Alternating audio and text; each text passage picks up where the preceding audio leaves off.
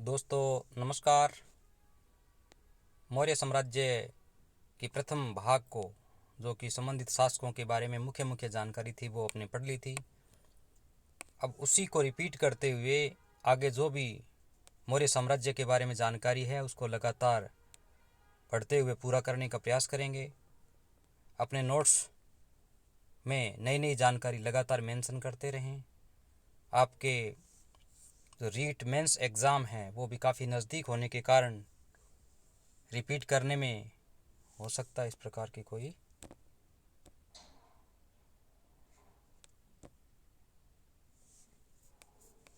तो ज़्यादा समय व्यतीत न करते हुए चर्चा करते हैं मौर्य साम्राज्य के बारे में।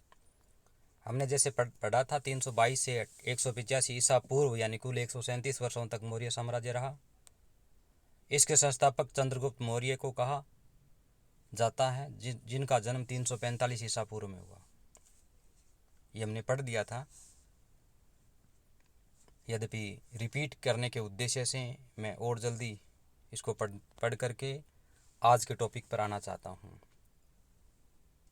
और उसके बाद में हमने पढ़ा सेंड्रोकोट्स, व्रिसल जैसे नाम किसके थे, ये पूछ सकते हैं। तो मौर्य साम्राज्य के संस्थापक चंद्रगुप्त मौर्य के नाम थे। किसने कहा? विलियम जोन्स वगैरह ने इनकी पहचान की, हमने पढ़ा था। ठीक है। अब आता है अर्थशास्त्र, जो कि चाणक्य की पुस्तक है। चाणक्य की वजह से ही चंद्रगुप्त मौर्य ने घनानंद को हरा करके मौर्य साम्राज्य की नींव रखी थी। यानी कह सकते हैं घनानंद का जो घमंड था उसको चूर करते हुए चाणक्य ने अपनी नीति के माध्यम से मौर्य साम्राज्य की नींव स्थापित करने में चंद्रगुप्त मौर्य की सहायता की। चंद्रगुप्त मौर्य 322 ईसा पूर्व में मगध की गद्दी पर बैठा था। इसका मतलब पाटलिपुत्र उस समय उसकी राजधानी हुआ करती थी। वह जैन धर्म का अनुयायी था और उसके गुरु थे भद्रबाहु, यानी जो श्वेतांबर और दिगंबर दो शाखाएं हो गई थी जैन धर्म की। उसमें जो श्वेतांबर है श्वेत कपड़े धारण करते हैं और दिगंबर हैं वो वस्त्रहीन होते हैं। तो भद्रबाहु वस्त्रहीन यानी दिगंबर थे। चंद्रगुप्त मौर्य ने अपना अंतिम समय कर्नाटक के श्रवणबेलगोला में बिताया। इसके बाद में हमने पढ़ा 305 ईसा पूर्व में सेल्यूकस निकेटर को चंद्रगुप्त मौर्य ने हरा दिया था। ये काफ़ी प्रसिद्ध युद्ध है। इस युद्ध की शर्तों के आधार पर सेल्यूकस निकेटर को अपनी पुत्री थी कार्नेलिया, उसकी शादी करनी पड़ी। और शादी के अलावा कुछ जो क्षेत्र जो काबुल, कंधार, हेरात और मकरान हैं वो भी चंद्रगुप्त को देने पड़े। मेगस्थनीज, जो कि सेल्यूकस निकेटर का राजदूत था, को चंद्रगुप्त के दरबार में रहता था वो। ठीक है। सेल्यूकस निकेटर के बाद में कौन आया? मेगस्थनीज आया। याद करना, लगातार इनका कर्म भी पूछ सकते हैं। सबसे पहले सेल्यूकस निकेटर, उसके पश्चात मेगस्थनीज आता है, जिसने इंडिका नामक पुस्तक लिखी थी। इंडिका का मतलब इंडिया से संबंधित जो भी शासन था तात्कालिक परिस्थिति में मगध साम्राज्य का, यानी पाटलिपुत्र जिसकी राजधानी हुआ करती थी, उसका बखान किया गया है। ठीक। और चंद्रगुप्त मौर्य और सेल्यूकस निकेटर के बीच जो 305 ईसा पूर्व में युद्ध हुआ था उसका वर्णन एपियानस ने किया था। ये भी एक लेखक हैं। प्लूटारक, अलग अलग इतिहासकार हैं, उनमें एक प्लूटारक भी आता है, जिन्होंने चंद्रगुप्त मौर्य ने सेल्यूकस को 500 हाथी उपहार में दिए जाने का वर्णन किया है।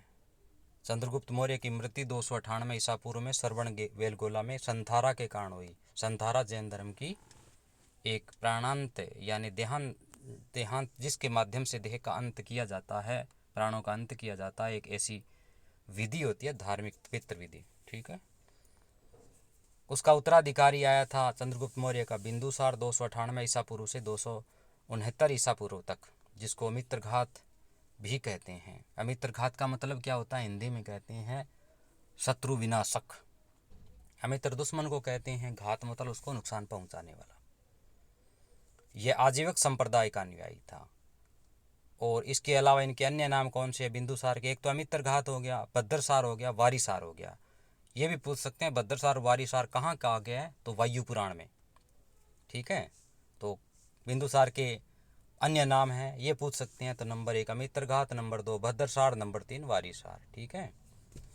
अब आता है स्ट्रेबो। ये इतिहासकारों की श्रृंखला को आगे बढ़ा रहे हैं, जिसमें एक स्ट्रेबो इतिहासकार है वह कहता है कि सीरिया के राजा थे अंतियोकस फेस्ट। क्या नाम था? अंतियोकस। उसने बिंदुसार के दरबार में एक अपना राजदूत भेजा, उसका नाम था डाइमेक्स। ये स्ट्रेबो कह रहा है किसके दरबार में? बिंदुसार के। यहाँ वीडियो में पहले भी मैंने बताया था, डाइमेक्स और डायोनीसियस के बारे में कंफ्यूज नहीं होना है, क्यों डाइमेक्स पहले आता है और डायोनीसियस है वो बाद में आता है। पहले मतलब बिंदुसार के दरबार में, और डायोनीसियस वो अशोक के दरबार में आता है। तो डायोमेक्स का उल्लेख करता है स्ट्रेबो। ठीक है। जैन ग्रंथों में बिंदुसार को सिंह सेन कहा गया। ये कितने पर्यायवाची हो गए? ठीक है, वारिसार, भद्रसार, सिंह सेन। ठीक है, ये सारे के सारे किसके पर्यायवाची है? बिंदुसार के। इनके शासनकाल में हुए दो विद्रोहों का वर्णन, यानी जो वर्तमान तक्षशिला पाकिस्तान में है, वहाँ एक विद्रोह हुआ था, क्योंकि वहाँ तक क्या था? मौर्य साम्राज्य विस्तृत था। यहाँ की जनता में विद्रोह हो गया था। उस विद्रोह को दबाने के लिए अपने पुत्रों को भेजा। पहले तो बिंदुसार ने सुसीम को भेजा, उसकी पार नहीं पड़ी। उसके पश्चात अशोक को भेजा, और अशोक ने उस जो विद्रोह था उसको दबा दिया था और अपनी महानता का परिचय उसी समय दे दिया था। ठीक है। स्ट्रेबो के बाद में आता एथीनियस। वो कहता है बिंदुसार ने सीरिया के राजा थे अंतियोकस फेस्ट, वही बात कर रहे हैं, से मदिरा, सूखे अंजीर और एक दार्शनिक भेजने की प्रार्थना की थी। एथीनियस ये अलग विचार रखता है। बौद्ध विद्वान तारानाथ ने बिंदुसार को 16 राज्यों का विजेता बताया है। तारानाथ तिब्बत का था, बौद्ध विद्वान था, और कंग्यूर व तंग्यूर नामक ग्रंथों की रचना की थी। उसके पश्चात बिंदुसार का उत्तराधिकारी आता है महान सम्राट अशोक, जो 269 ईसा पूर्व में मगध की राजगद्दी पर बैठता है। ठीक है। राजगद्दी पर बैठने से पहले वह कहाँ का राजा था? अवंती का राज्यपाल था। ये क्वेश्चन पूछा जा सकता है। पहली बात, सम्राट अशोक कब बैठा गद्दी पर? 269 ईसा पूर्व में। पाटलिपुत्र जिसको कहते थे, राजधानी थी किसकी? मगध की। और वह मगध साम्राज्य का एक राज्य था जिसका नाम था अवंती। उसका राज्यपाल था शासक बनने से पहले। मास्की व गुर्जरा अभिलेख में इन्हें अशोक कहा जाता है। यह भी कहा जाता है कि सम्राट अशोक को अशोक नाम से कब उल्लेखित किया गया है, कहाँ उल्लेखित किया गया है? तो दो अभिलेख हैं, एक तो मास्की और दूसरा है गुर्जरा। इन दोनों में ही अशोक को अशोक कहा जाता है। पुराणों में अशोक को अशोक वर्धन कहा जाता है। ये अलग फैक्ट हो गया। देखो, सम्राट अशोक तो कहा गया था मास्की और गुर्जरा में, अशोक वर्धन कहाँ कहा गया? पुराणों में। पुराणों में कहा था अशोक वर्धन। ठीक है। 261 ईसा पूर्व, इसका मतलब 269 ईसा पूर्व में तो शासक बनता है। 261 ईसा पूर्व, इसका मतलब क्या हुआ? 8 साल हो गए थे शासन करते हुए। उस समय कलिंग वर्तमान का उड़ीसा की राजधानी तोसल्ली पर अधिकार कर लिया। यानी ये एक ऐसा युद्ध था जिसने सम्राट अशोक के हृदय को परिवर्तित कर दिया था, और इसने धम्म घोषणा कर दी थी। इसका मतलब क्या हुआ? पूरी पृथ्वी पर जो भी प्राणी हैं सभी की रक्षा करनी है और हिंसा से दूर रहना है। ये विचार कहाँ से आए सम्राट अशोक में? ये गौतम बुद्ध के विचारों से परिवर्तित हो गए थे। प्लिनी का कथन है कि मिस्र का राजा टोलमी फिलाडेल्फस ने पाटलिपुत्र ने डायोनीसियस नामक राजदूत भेजा। इसका मतलब अभी थोड़ी देर पहले आपने चर्चा की थी, डाइमेक्स। स्ट्रेबो कह रहा था डाइमेक्स, और प्लिनी कह रहा है डायोनीसियस। स्ट्रेबो किसके बारे में? बिंदुसार के बारे में। डाइमेक्स के बारे में बता रहा है, बिंदुसार के दरबार में आया। और प्लिनी ये कहता है डायोनीसियस के बारे में, ये कहता है किसके? सम्राट अशोक के दरबार में आया था, टोलमी फिलाडेल्फस का। ठीक है। अशोक के गुरु कौन थे? ये क्वेश्चन पूछा जाता है। ये बौद्ध धर्म से सभी जानते हैं परिवर्तित हो गए थे, उससे पहले शैव धर्म के, यानी पहले शैव धर्म के अनुयायी थे सम्राट अशोक। लेकिन जब हृदय परिवर्तित हुआ 261 ईसा पूर्व में कलिंग युद्ध के पश्चात, तो इन्होंने बौद्ध धर्म अपना लिया था, और बौद्ध धर्म के जो दीक्षा है वो इन्होंने, बौद्ध भिक्षु थे उपगुप्त, उनसे ले ली थी। अशोक ने आजीविकों को रहने के लिए बराबर की पहाड़ियों में 4 गुफाओं का निर्माण कराया। जो प्रसिद्ध गुफाएं थी उनमें बराबर की पहाड़ियों में 4 गुफाएं थी। इनका नाम पहले मैं वीडियो में मेंशन कर चुका हूं, अभी भी रिपीट कर रहा हूं। कर्ज, चौपार, सुदामा, विश्व झोंपड़ी याद करने हैं। कर्ज, चौपार, सुदामा और विश्व झोंपड़ी। ठीक है, कर्ज, चौपार, सुदामा और विश्व झोंपड़ी। ठीक है। अशोक के पुत्र दशरथ ने आजीविकों को नागार्जुन गुफा प्रदान की। अशोक के पोते थे जिसका नाम था दशरथ, उसने नागार्जुन गुफा प्रदान की थी। अशोक की माता का नाम क्या था? सुभद्रांगी। अशोक ने अपने पुत्र महेंद्र व पुत्री संघमित्रा को बौद्ध धर्म के प्रचार के लिए श्रीलंका भेजा। अशोक ने क्या किया? बौद्ध धर्म से प्रभावित होने के पश्चात इसका प्रचार प्रसार विदेशों में भी किया।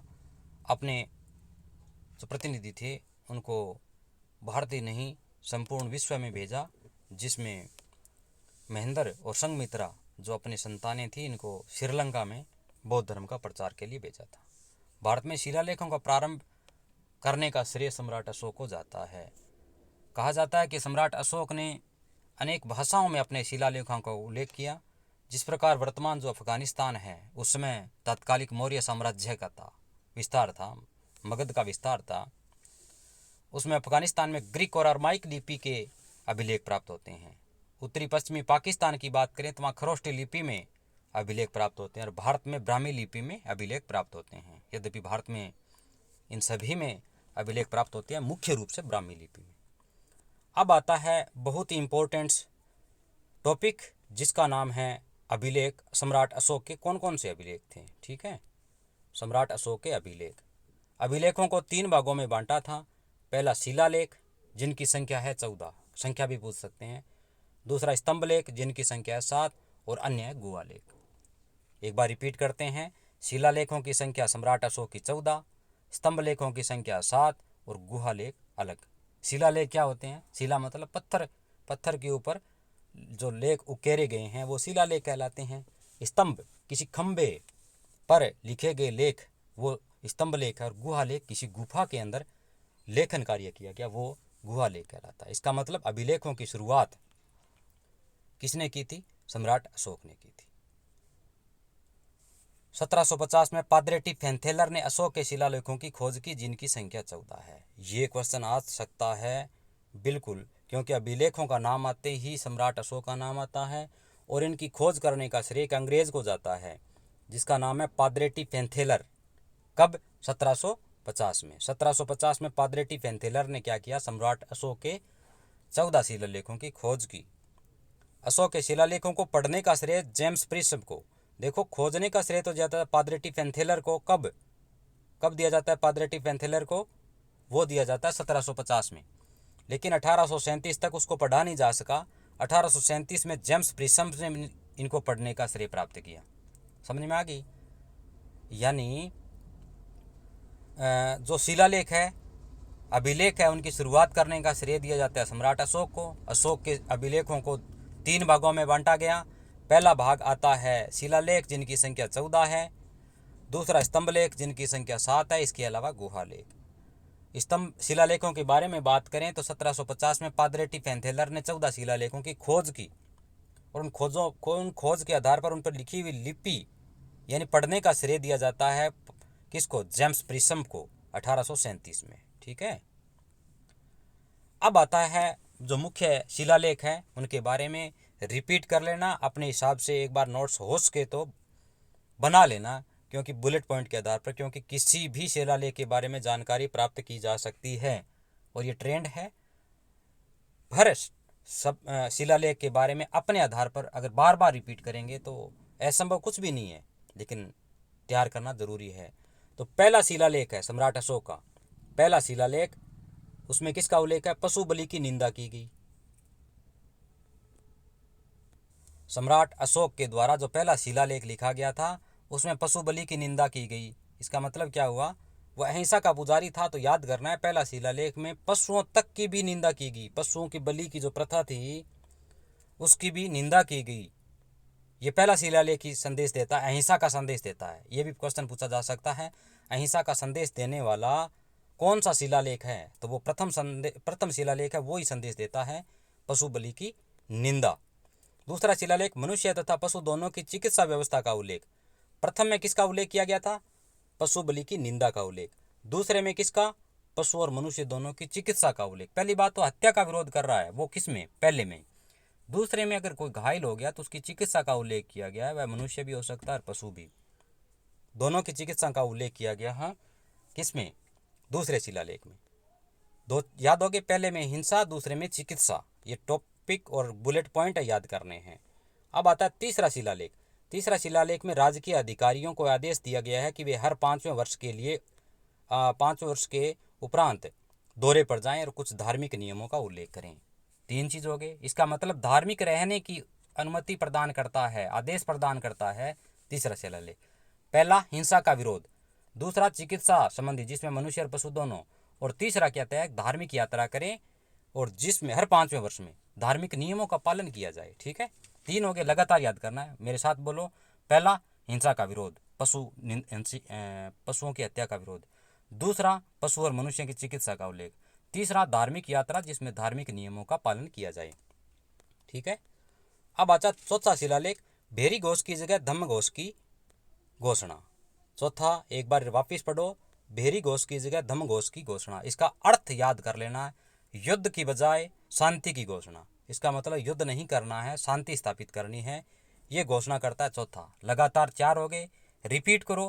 पहला, पशु बलि या हिंसा का विरोध। दूसरा, पशु और मनुष्य की चिकित्सा का उल्लेख। तीसरा किसके बारे में कहता है? तीसरा कहता है राजकीय अधिकारियों को आदेशित करता है भी राजकीय दौरों पर जाएं और धार्मिक रहें हर 5वें साल में। और चौथा शिलालेख कहता है युद्ध करने के बजाय धम्म घोष की घोषणा करें। इसका मतलब शांति का प्रचार करने का कार्य करें, लड़ाई की बजाय। ये 4 हो गए लगातार। ठीक है, 5वां शिलालेख क्या कहता है? धम्म महापात्रों की नियुक्ति के विषय में जानकारी। यहाँ तो केवल पुरुषों के बारे में। 5वां शिलालेख किसके बारे में है? धम्म या धर्म महापात्रों की नियुक्ति की बात करता है। तो 5 शिलालेख हो गए, एक बार रिपीट करो। जितनी बार रिपीट करेंगे याद होने की जो संभावना है वो ज़्यादा हो जाएगी। पहला क्या है? हिंसा का विरोध। दूसरा क्या है? पशु और मनुष्य की चिकित्सा का उल्लेख। तीसरा, राजकीय अधिकारियों को आदेशित किया जाता है कि हर 5वें साल जनता के बीच में जाएं और धार्मिक नियमों का पालन करें। चौथा क्या है? युद्ध की बजाय धम्म की घोषणा करें, धर्म का प्रचार करें। और 5वां क्या कहता है? जो धर्म के प्रचार करने वाले महापात्र यानी व्यक्ति हैं, योग्य व्यक्ति हैं, उनकी नियुक्ति। ठीक है, यद्यपि 5वें में पुरुष धम्म पात्रों की नियुक्ति का ही उल्लेख है। छठा है आत्मनियंत्रण की शिक्षा। इतना होने के बाद में भी छठा शिलालेख कहता है सेल्फ कंट्रोल होना जरूरी है। छठा अभिलेख किसके बारे में है? आत्मनियंत्रण। ठीक है, 7वां और 8वां अभिलेख जो लगभग एक ही विषय से रखते हैं, रिलेट रखते हैं, इसलिए मैंने दोनों को एक ही कर दिया। अशोक की तीर्थ यात्राओं का उल्लेख है इसमें। अशोक की तीर्थ यात्राओं का ये याद कर लेना। तीर्थ यात्राएं कौन सी थी? धार्मिक तीर्थ यात्राएं थी, जिनका उल्लेख 7वें और 8वें अभिलेख में है। कम से कम 7वां और 8वां तो याद ही कर लो। सम्राट अशोक के द्वारा जो धार्मिक तीर्थ यात्राएं की गई थी उनका उल्लेख 7वें और 8वें अभिलेख में किया गया है। अशोक का 7वां शिलालेख सबसे बड़ा है, ये भी हो गया। देखो 7वां और 8वां अभिलेख किससे संबंधित है? सम्राट अशोक की तीर्थ यात्राओं का, जिसमें 7वां शिलालेख सबसे बड़ा है। अब आता है 9वां शिलालेख, क्योंकि 7वां 8वां तो एक साथ हो गए। अब 9वां शिलालेख क्या है? सच्ची भेंट और सच्चे शिष्टाचार का उल्लेख किया गया है। इसका मतलब सम्राट अशोक का जो 9वां शिलालेख है उसमें सच्ची भेंट और सच्चे शिष्टाचार का उल्लेख किया गया, याद कर लेना। ठीक है, अब आता है 10वां शिलालेख। अशोक ने आदेश दिया कि राजा तथा उच्च अधिकारी हमेशा प्रजा के हित में सोचें। यह आदेश और दिया गया कौन से में? 10वें में। यद्यपि मैंने लिखा हुआ है, अलग से लिख करके अपने आधार पर तैयार करें, और मैं बार बार यही कर रहा हूँ, रिपीट करें। बगैर रिपीट ये याद नहीं रहते हैं, इसलिए 10वां शिलालेख मैं वापस बता रहा हूँ। इसमें आदेश किया जाता है कि राजा तथा उच्चाधिकारी हमेशा प्रजा के हित में सोचे। इसका मतलब जनता का किसी भी प्रकार से अहित न हो, उनकी किसी भी प्रकार की परेशानी न हो, इसके लिए शासन प्रशासन व्यवस्था करें, ये 10वां शिलालेख कहता है। 11वां शिलालेख क्या करता है? जो धम्म की पहले व्याख्या की गई थी, धम्म का उल्लेख किया गया तो उसकी धम्म की व्याख्या विस्तार किया गया, डिटेल्ड किया गया कि धम्म है क्या चीज। ये कहाँ पे है? ये पूछा जा सकता है, धम्म की व्याख्या कहाँ की गई है, एलोबरेट कहाँ किया गया है? तो वो 11वां अभिलेख है, उसमें धम्म की व्याख्या की गई है। 12वां शिलालेख सब स्त्री महापात्रों की नियुक्ति और सभी प्रकार के सम्मान की बात कही गई है। अब देखो, अभी थोड़ी देर पहले आपने पढ़ा था महापात्रों की नियुक्ति, उसमें तो केवल पुरुष महापात्र थे, लेकिन इसमें क्या है, स्त्री महापात्रों की नियुक्ति, यानी स्त्री भी, इसका मतलब समानता के सिद्धांत की बात की। 12वां शिलालेख, ये भी पूछ सकते हैं स्त्री महापात्रों की नियुक्ति या फिर समानता के सिद्धांत की बात कौन से अभिलेख में की गई है, तो वो 12वां अभिलेख है। समानता कैसे कह सकते हैं, क्योंकि स्त्री पुरुष के भेदभाव को मिटाते हुए इसमें स्त्री महापात्रों की नियुक्ति भी करने की बात कही गई है। 13वां शिलालेख कलिंग युद्ध का, ये लगभग अपने पढ़ते ही आए हैं। सम्राट अशोक का जो 13वां अभिलेख है उसमें कलिंग युद्ध जो कब होता है 261 ईसा पूर्व में, उसमें हृदय परिवर्तित होकर कलिंग की राजधानी तौसली थी उस पर अधिकार कर लेता है और मगध साम्राज्य में मिला लेता है। जो वर्तमान ओडिशा का क्षेत्र है वहाँ कलिंग क्षेत्र हुआ करता था जिसकी राजधानी तौसली थी। आज उसी की याद में कलिंगा स्टेडियम है जो हॉकी का विश्व का सबसे बड़ा स्टेडियम है। तो 13वां शिलालेख किससे संबंधित है, सम्राट अशोक के हृदय परिवर्तन को बारे में बताता है। पड़ोसी राजाओं का वर्णन किया गया है। 14वां शिलालेख जनता को धार्मिक जीवन बिताने के लिए प्रेरित किया गया। इसका मतलब ये सारा कुछ बताने के बाद में ये 14वां शिलालेख बताता है कि पूरी जनता और प्रशासन दोनों अगर धार्मिक हो जाते हैं तो किसी भी प्रकार का किसी भी प्रकार की हिंसा नहीं होगी, अहिंसात्मक वातावरण तैयार हो जाएगा और सभी शांतिपूर्वक जीवन व्यतीत करेंगे और धार्मिकता का वातावरण विकसित हो जाएगा। ये 14वां शिलालेख है। तो जितने भी अभिलेख हैं उनको बार बार रिपीट करते रहें। पहली बात, पादरे टी पेंथेलर ने 1750 में अशोक के शिलालेखों की खोज की। जेम्स प्रिसप ने 1837 में पढ़ने का श्रेय प्राप्त किया।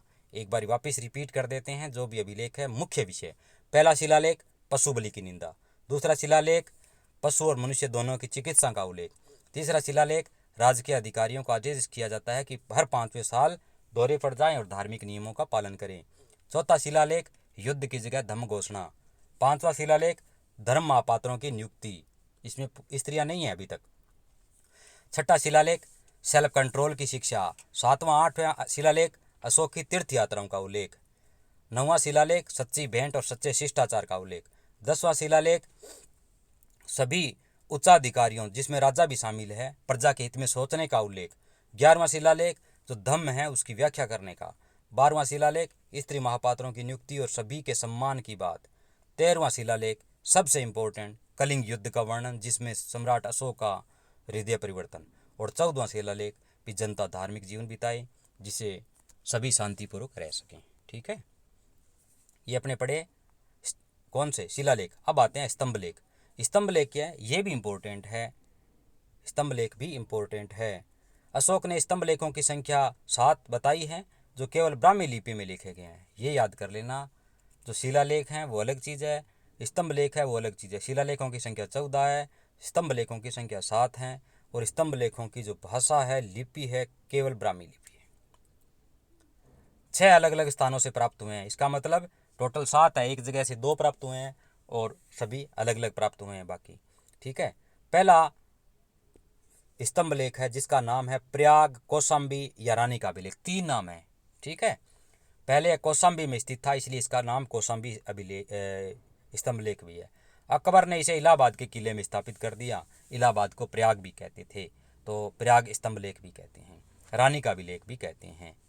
तो प्रयाग स्तंभ लेख, कौशाम्बी अभिलेख और रानी का अभिलेख तीनों एक ही है। बताओ, पहले कौशाम्बी में था इसलिए कौशाम्बी अभिलेख, फिर प्रयाग यानी इलाहाबाद में आ गया तो इलाहाबाद या प्रयाग स्तंभ लेख और रानी का अभिलेख कहते हैं।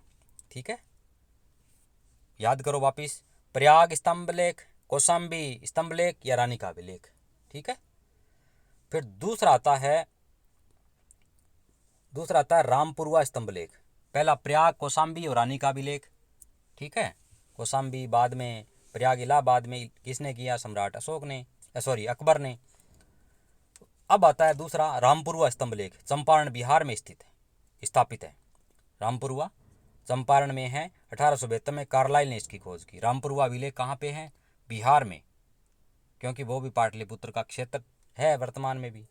रामपुरवा 1872 में कार्लाइल के द्वारा खोजा गया, चंपारण में स्थित है रामपुरवा स्तंभ लेख। 2 हो गए, पहला प्रयाग, कौशाम्बी या रानी का अभिलेख, दूसरा रामपुरवा अभिलेख जो 1872 में कार्लाइल के द्वारा खोजा गया था। तीसरा आता है रुमुंदई अभिलेख, रुमुंदई स्तंभलेख, अशोक का सबसे छोटा स्तंभलेख है। ये भी इंपॉर्टेंट है क्योंकि सबसे छोटा और सबसे बड़ा तो वैसे ही इंपॉर्टेंट होता है, तो सबसे छोटा है रुमुंदई अभिलेख। लुम्बिनी में धम्म यात्रा के दौरान अशोक द्वारा भू राजस्व दर की घटा देने की घोषणा की गई है। ये किस में की गई है? भू राजस्व की दर घटाने के उल्लेख कौन से स्तंभलेख में की गई है? रुमुंदई। तो तीनों के तीनों नाम याद करो, नाम पूछ सकते हैं। पहला कौन सा है? प्रयाग कौशाम्बी या रानी का अभिलेख। दूसरा रामपुरवा स्तंभलेख जो कि 1872 में कार्लाइल के द्वारा खोजा गया। तीसरा रुमुंदई अभिलेख सम्राट अशोक का है, सबसे छोटा है। इसमें लुम्बिनी के धम्म यात्रा के दौरान अशोक द्वारा भू राजस्व की दर घटा देने की घोषणा की गई। लुम्बिनी वर्तमान में नेपाल में है। ठीक है। चौथा है दिल्ली टोपरा स्तंभलेख। यह स्तंभलेख फिरोज शाह तुगलक के द्वारा टोपरा से दिल्ली लाया गया। याद कर लेना, दिल्ली टोपरा। देखो इसी प्रकार दो नाम है याद करना, दिल्ली टोपरा और दिल्ली मेरठ, दो सीधे याद करने हैं।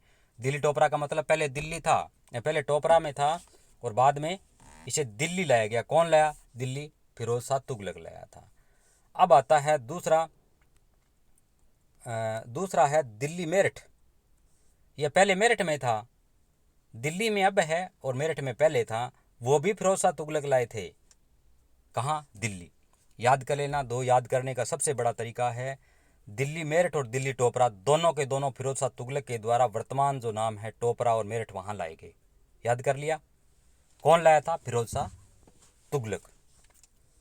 दिल्ली टोपरा, टोपरा से दिल्ली लाए फिरोज शाह तुगलक। दिल्ली मेरठ, मेरठ से दिल्ली लाए फिरोज शाह तुगलक। ठीक है।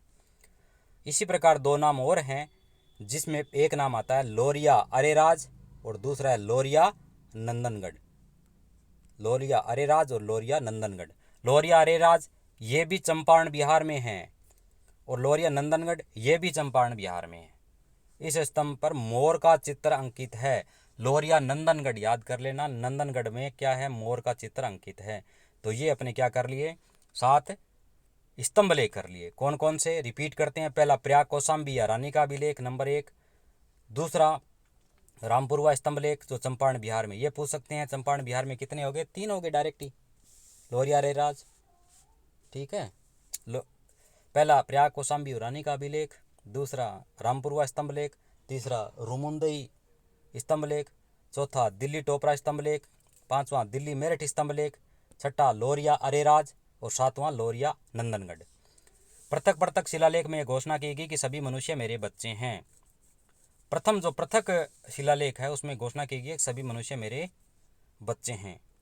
अशोक का सार एकुना कंधार अभिलेख अफगानिस्तान, ग्रीक और अरवाइक भाषा में प्राप्त हुआ है। ये भी पूछ सकते हैं सम्राट अशोक का ग्रीक और अरमाइक भाषा में प्राप्त हुआ अभिलेख कौन सा है? उसका नाम है सार एकुना कंधार जो वर्तमान अफगानिस्तान है वहाँ स्थित है सम्राट अशोक का। उस अभिलेख को प्राप्त किया जाता है ग्रीक और अरमाइक लिपि में।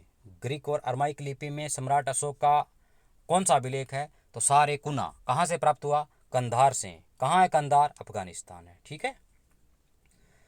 उपधा परीक्षण ये भी एक विधि हुआ करती थी। मुख्यमंत्री राजपुरोहित नियुक्ति के पूर्व का चरित्र परीक्षण, यानी जो कैरेक्टर उसकी जांच करनी होती थी उससे पहले उनका परीक्षण किया जाता था, क्या ये राज्य के हित में है।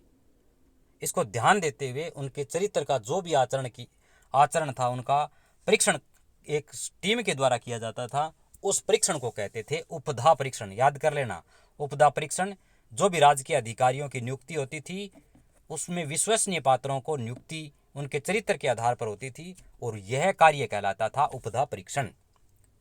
अशोक के समय मौर्य साम्राज्य 5 चक्रों यानी प्रांतों में बंटा हुआ था। ठीक है।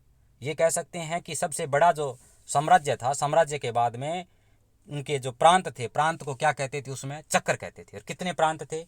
5। कितने चक्र थे? 5। चक्र का प्रशासक राष्ट्रिक आर्य कुमार या कुमार कहलाता था। राष्ट्रिक कहलाता था, आर्यपुत्र कहलाता था या फिर कुमार कहलाता था। अब आता है जो ऑब्जेक्टिव टाइप एग्जाम है उसमें इस प्रकार के क्वेश्चन आने की लगभग संभावना बनी रहती है।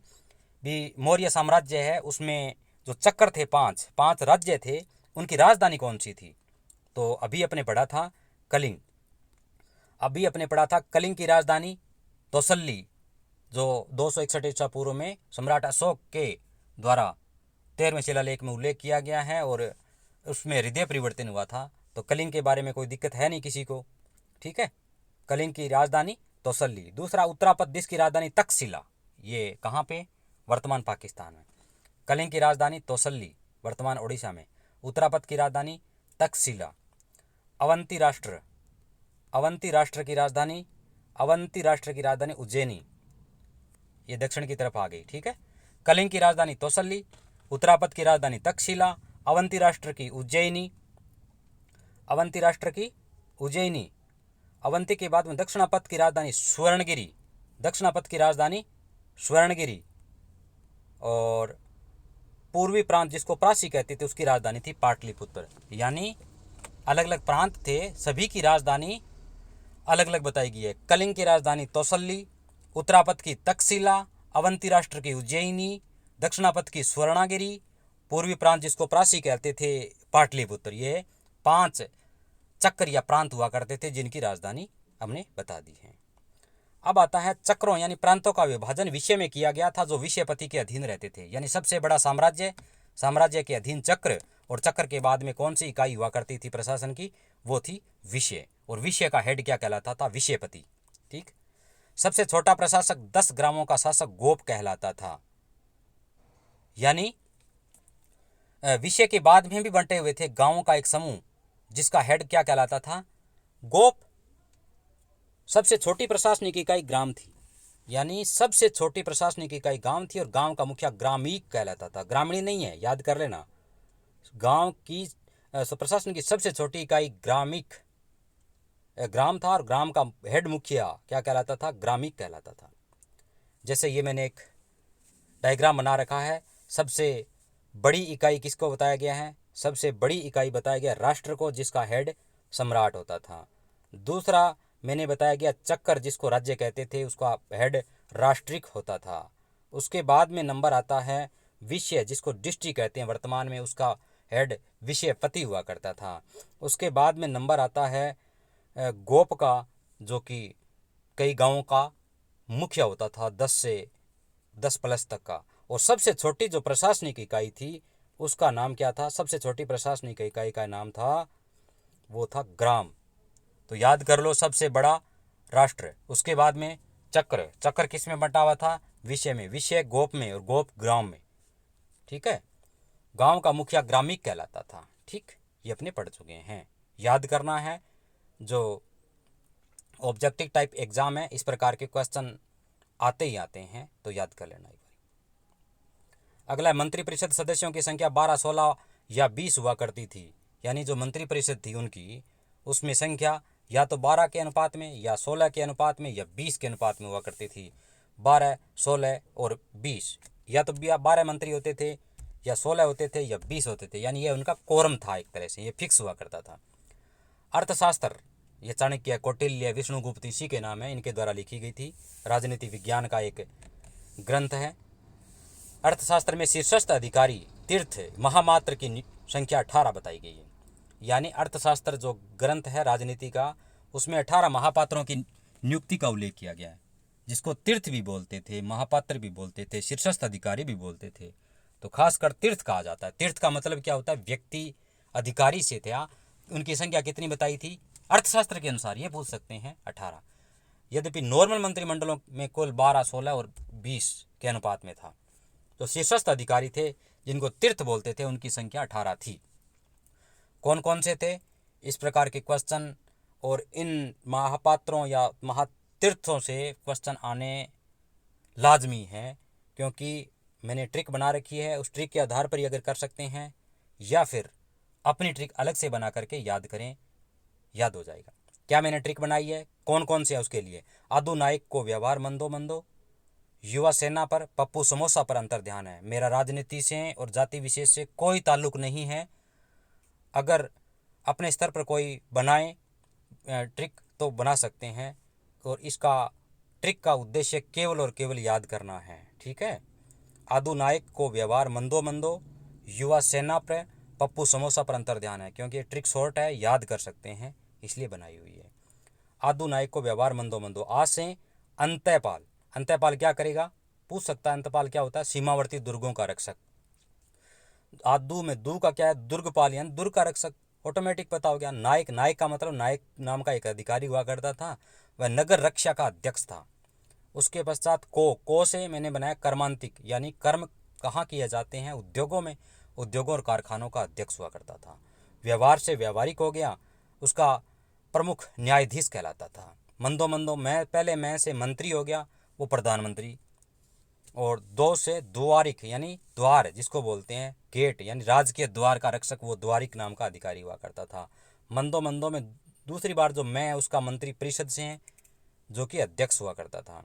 दो से दंडपाल, दंडपाल मतलब सेना का सामान एकत्र करने वाला, ये थोड़ा सा यूनिक है इसलिए लिख लेना। दंडपाल सेना का सामान, सेना से संबंधित जरूर है लेकिन दंडपाल सेना का सामान एकत्र करने वाला होता है। युवा सेना पर, युवा से युवराज हो गया जो राजपुत्र हुआ करता था। सेना से सेनापति हो गया, सैन्य विभाग का हेड हो गया। प्र से प्रशासता, ये लगभग पूछा जाता है। प्रशासता कारागार का अध्यक्ष होता, कारागार का मतलब जेल का अध्यक्ष होता था। जेल जिसको बोलते हैं उसका हेड वो प्रशासता कहलाता था, प्रशासता। पै से प्रदेष्टि, प्रदेष्टि कमिश्नर जिसको बोलते हैं आजकल, वो प्रदेष्टि था। पप्पू, पू से पुरोहित, पुरोहित का मतलब पंडित, पंडित का मतलब जो दान पुण्य का काम करता है, धर्म और दान विभाग का हेड होता था वो पुरोहित। और समोसा पर, सेमो से मतलब समाहर्ता, समाहर्ता आय का संग्रह करता, समाहित करता है किसको, धन को, वो समाहर्ता होगा। सा समोसा, सा से सन्निधाता, राजकीय कोष का अध्यक्ष होता था। ट्रेजरी ऑफिसर जिसको बोलते हैं, टीओ, वो क्या कहलाता था, सन्निधाता। दाता मतलब याद कर लेना, जो दाता, दाता मतलब जो पैसे देता है वो सन्निधाता हो गया।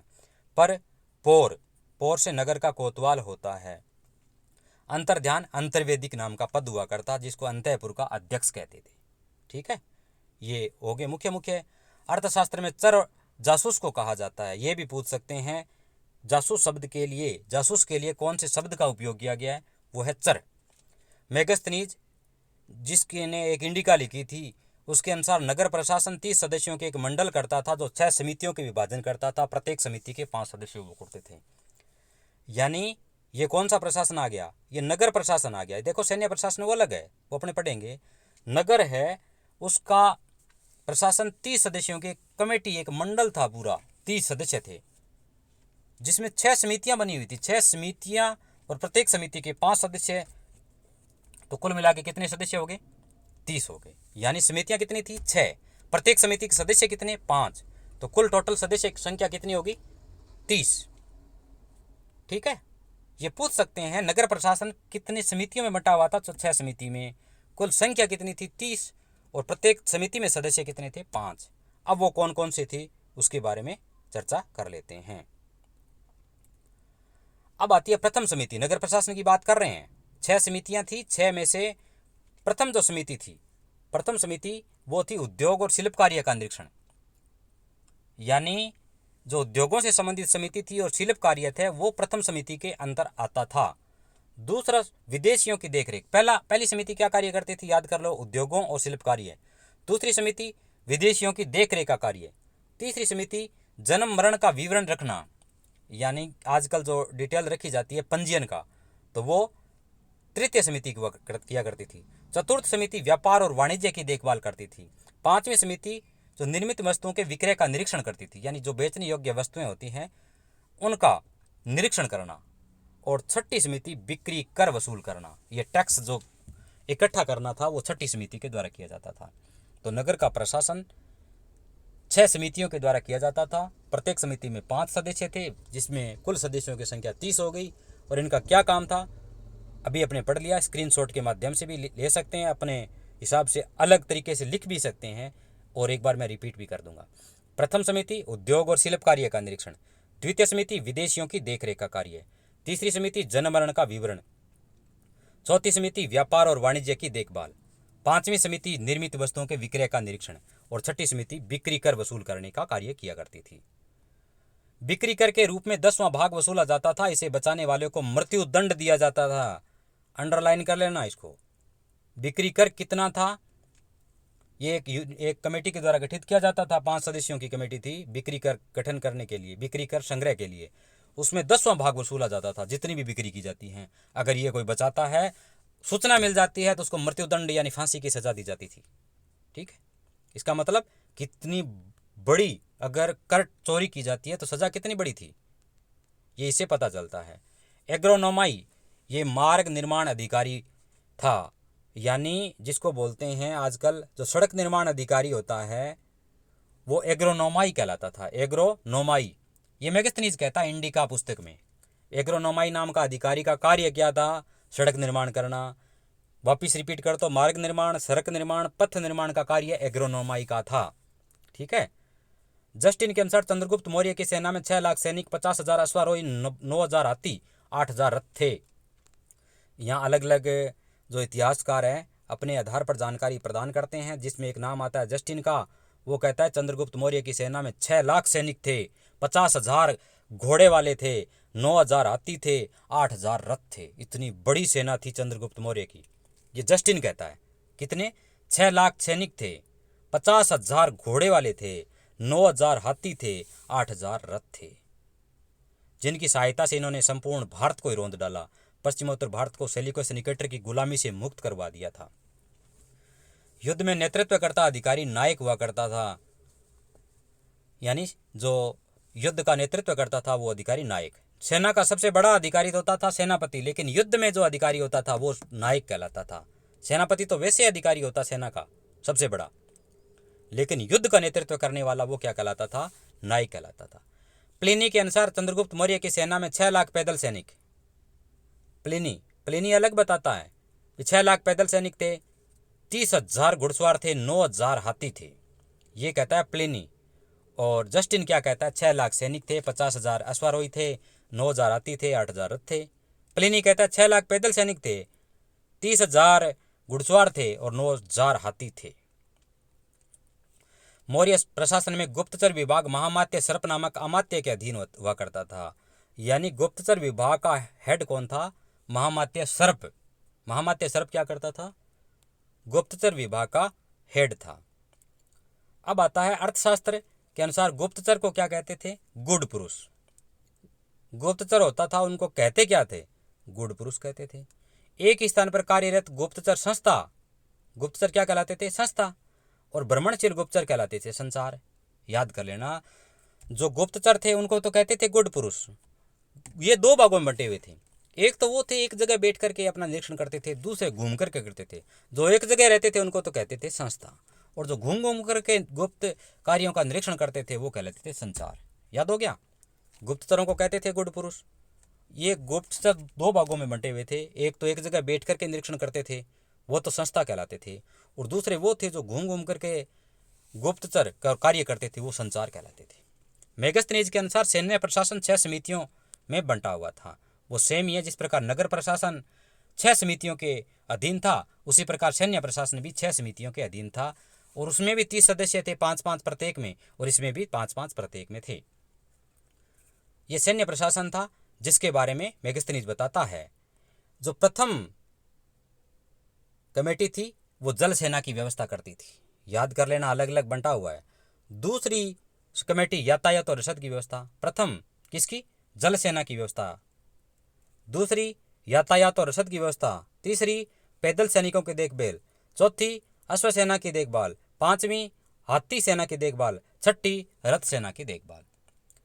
प्रथम समिति जल सेना की व्यवस्था, दूसरी यातायात और रसद की व्यवस्था, तीसरी पैदल सैनिकों की देखरेख, चौथी अश्व सेना की देखरेख, 5वीं हाथी सेना की देखरेख, 6ठी रथ सेना की देखरेख। राजुक अशोक के समय जनपद या जिला न्यायालय के न्यायाधीश को राजुक कहा जाता था। यानी जिला न्यायालय जिसको क्या कहते हैं, सेशन जज जिसको बोलते हैं, वो राजुक कहलाता था। राजुक क्या होता है? जज था, डिस्ट्रिक्ट जज, वो क्या कहलाता था उसमें? राजुक। सीता सरकारी भूमि को कहते थे। यह तो कई जगह आया है सीता। सीता भूमि का पर्यायवाची बताया गया है, लेकिन उस समय भी सीता कहा जाता था, जो राजकीय भूमि थी। आजकल क्या कहते हैं इसको? अराजी राज कहते हैं। राजकीय भूमि सीता को क्या कहते हैं? अराजी राज। अराजी राज, रकबा अराजी राज कहते हैं। ठीक है। आदेव मातृक, बिना वर्षा के अच्छी खेती भूमि वाली। यानी वर्षा की ज़रूरत नहीं है फिर भी अच्छी उपज दे रही है, तो वो कहलाती हैं अदेव मातृक। अदेव मातृक, ठीक है। भारतीय समाज विभाजन मेगस्थनी 7 भागों में बांटा हुआ बताते हैं। भारतीय समाज भी 7 भागों में बंटा हुआ था। 2 कमेटियां हमने पढ़ी नगर प्रशासन की, 6 समितियां, प्रत्येक में 5-5 सदस्य, कुल 30 थे। इसी प्रकार सैन्य प्रशासन भी 6 कमेटियों के अधीन था, जिसमें 5-5 सदस्य थे और प्रत्येक समिति में 5 सदस्य, कुल 30 थे। अब आता है जो समाज था वो भी कितने भागों में बंटा हुआ था? 7 भागों में। उसके लिए भी मैंने एक ट्रिक बना रखी है, वो भी याद कर लेना भी कौन कौन से थे। तो कास, दास, अहीरों, किसानों का निरीक्षण करता। कास, दास, अहीरों, किसानों का निरीक्षण करता। इस ट्रिक को अपने स्तर पर और नोट कर सकते हैं, मैंने बनाया है मेरी सुविधा के लिए। अगर फ़ायदेमंद हो तो इसको अपना सकते हैं, अन्यथा अपने स्तर पर नई ट्रिक भी बना सकते हैं। कास, दास, अहीरों, किसानों का निरीक्षण करता। तो पहले कास में का कारीगर, सह से सभासद, दो गया कास का। फिर दास में दास से दार्शनिक और सह से सैनिक हो गया। कास, दास, अहीरों, अहीरों का अहीर हो गया, किसानों का किसान हो गया, निरीक्षण का निरीक्षक हो गया। ये 7 भागों में बंटा हुआ था समाज। कारीगर, सभासद, दार्शनिक, सैनिक, अहीर, किसान और निरीक्षक। इसलिए मैंने ट्रिक बनाई है, कास, दास, अहीरों, किसानों का निरीक्षण करता। कास, दास, अहीरों, किसानों का निरीक्षण करता, ठीक है। अब आता रूपा जीवा। स्वतंत्र वेश्यावृत्ति अपनाने वाली महिला को रूपा जीवा कहते थे। स्वतंत्र वेश्यावृत्ति अपनाने वाली महिला को रूपा जीवा कहते थे। नंदवंश के विनाश के लिए चंद्रगुप्त मौर्य ने कश्मीर के राजा प्रवर्तक से सहायता प्राप्त की थी। चंद्रगुप्त मौर्य ने अपना साम्राज्य विस्तार करने के लिए अनेक राजाओं की सहायता ली थी। नंदवंश घनानंद था, काफ़ी घमंडी था, अपनी शक्ति पर काफ़ी घमंड किया करता था, और चंद्रगुप्त मौर्य ने विष्णुगुप्त यानी कौटिल्य यानी चाणक्य की सहायता से और अनेक राजाओं की सहायता से नंदवंश को समाप्त कर दिया था। उसी समय कश्मीर का राजा था प्रवर्तक, उसने भी सहायता की थी। मौर्य शासक 322 ईसा पूर्व से 185 ईसा पूर्व तक कुल 137 वर्षों तक करते रहे। मौर्य शासक कब से कब तक था?